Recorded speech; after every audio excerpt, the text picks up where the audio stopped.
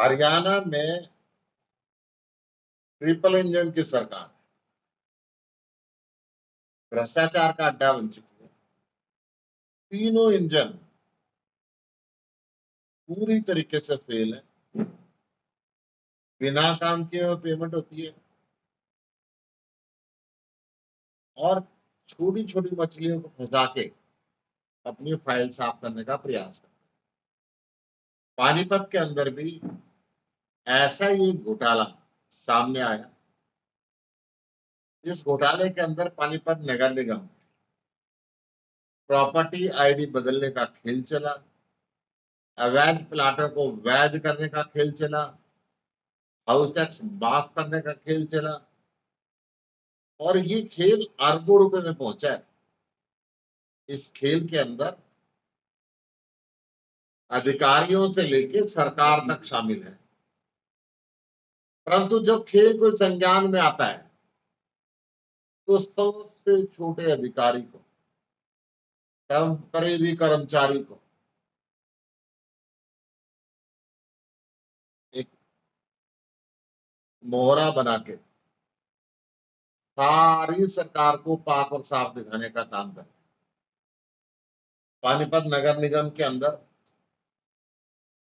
इन्होंने इस भ्रष्टाचार को, प्रॉपर्टी आईडी के भ्रष्टाचार को, एनडीसी के भ्रष्टाचार को, हाउस टैक्स के भ्रष्टाचार को 4.5 करोड़ रुपए में भ्रष्टाचार के अंदर समेटने की कोशिश।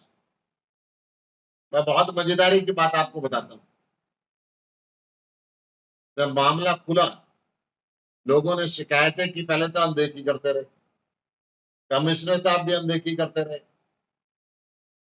और जब ये कहा कि ये गांव नगर निगम में नहीं है, इसका ही आपने कर दिया, ऐसा कैसे हुआ? जब बात यहां तक पहुंची तो कमिश्नर साहब ने, जो दोषी ज्वाइंट कमिश्नर जिसकी आईडी से सारे काम हो रहे थे, वो ज्वाइंट कमिश्नर को जांच सौंपी। क्या आप जांच कीजिए।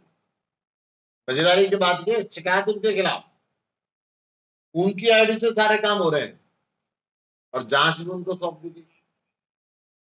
ज्वाइंट कमिश्नर साहब ने क्या किया, अपने मेहतात कर्मचारियों की एक कमेटी बनाई और सारा दोष रोजगार कौशल निगम की एक कर्मचारी के मत्थे मढ़ के डिपार्टमेंट को साफ सुथरा निकाल। मैं कहता हूं इसकी जांच सीबीआई से होनी चाहिए, दोषी अधिकारियों को सजा मिलनी चाहिए। हरियाणा को भ्रष्टाचार के अड्डे से बचाना चाहिए और अधिकारियों से लेकर मंत्री तक इसके अंदर शामिल है। जब मंत्री यहां पर आए, वो भी एक सबसे छोटे कर्मचारी को दोषी मानकर चले गए। एक मैनिपुलेटेड गेम, ये केवल पानीपत में नहीं चल रहा, पूरे हरियाणा में चल रहा। गुजरात की आशी कंपनी थी जिसको प्रॉपर्टी आईडी का ठेका दिया गया, ये खेल वहां से शुरू हुआ था। सारा हरियाणा आज इस प्रॉपर्टी आईडी से त्रस्त, पूरा भ्रष्टाचार का अड्डा बन चुका है। हर व्यक्ति की प्रॉपर्टी आईडी में गड़बड़ी करते हैं, फिर बदलवाने के पैसे और फिर बड़े बड़े खेल खेलते हैं। इस खेल की कली कई शहरों में खुल चुकी है। इस प्रॉपर्टी आईडी कंपनी के खिलाफ 1 साल तक आम आदमी पार्टी ने सिरसा में धरना दिया। उसके बाद ये कंपनी ब्लैक लिस्टेड तो हुई, परंतु खेल देखिए बीजेपी के ईमानदार सरकार का,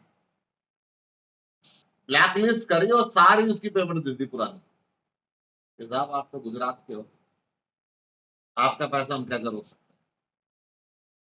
और वो ऐसे लूपहोल देके गई, ऐसा सॉफ्टवेयर बनाया। आज उस सॉफ्टवेयर के जरिए किसी के संपत्ति का मालिक कोई बनाया जा रहा है, किसी संपत्ति को वैध बनाया जा रहा है, किसी को अवैध बनाया जा रहा है, किसी का हाउस टैक्स माफ दिखाया जा रहा है, किसी का हाउस टैक्स डबल दिखाया जा रहा है। ब्लैकमेलिंग का एक सिस्टम पानीपत सहित पूरे हरियाणा के अंदर चल चुका है। ये सारे भ्रष्टाचार की कारस्तानी, मेरे पास सारे डॉक्यूमेंट है इसके, जो भी पत्रकार बंधु इसको लेना चाहिए ले ले। इसके साथ साथ मैं ये भी कहूंगा कि इन्होंने कागजों में 4.5 करोड़ रुपए का दिखाया है, और एफआईआर लिखने की मांग भी की है। ये ज्वाइंट कमिश्नर साहब के सारे महतातों की कमेटी है। ऐसी स्थिति ठीक नहीं होती। ये एफआईआर लिखवाने के लिए उन्होंने लिखा है जिनकी आईडी से भ्रष्टाचार हुआ। वो कह रहे साहब नहीं कोई बात नहीं, आप एफआईआर लिख दो, छोटे कर्मचारी है इसके खिलाफ।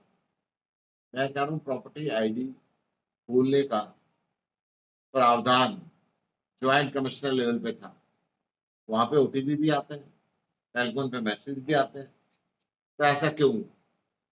इसकी गहन जांच होनी चाहिए।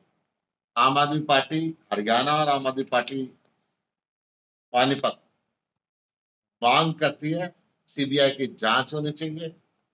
जब तक जांच पूरी नहीं होती इन अधिकारियों को सस्पेंड किया जाना चाहिए और ये जितना अमाउंट है वो इनकी संपत्ति को बेचकर रिकवर किया जाना चाहिए और ये भ्रष्टाचार कहां तक पहुंचा इसकी पूरी जांच होनी चाहिए।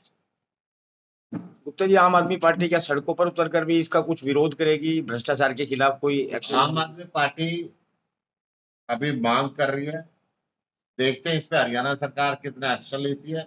जरूरत पड़ी तो हम सड़कों पे भी आएंगे, जरूरत पड़ी तो धरना भी देंगे, ये सारे काम ये कह नहीं सकते 400 करोड़ का भी हो सकता है।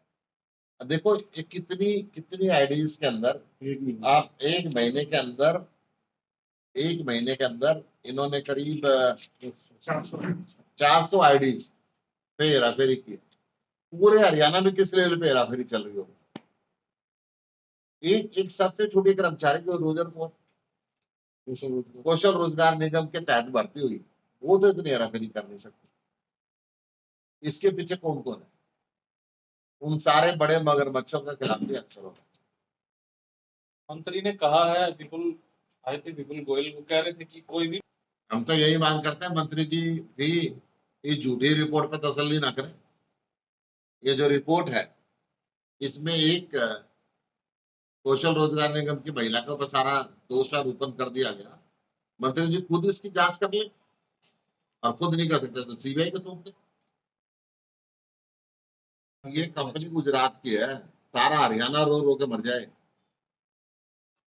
इनके खिलाफ एक्शन नहीं होता। आप इस बात के गंभीरता से विचार करें। आज हरियाणा का एक गांव एक शहर इस दुख से बचा हुआ नहीं है, परंतु उस कंपनी के खिलाफ क्या कार्रवाई हुई? उसका एक एक पैसे का भुगतान कर दिया गया और सारा हरियाणा दिक्कत में।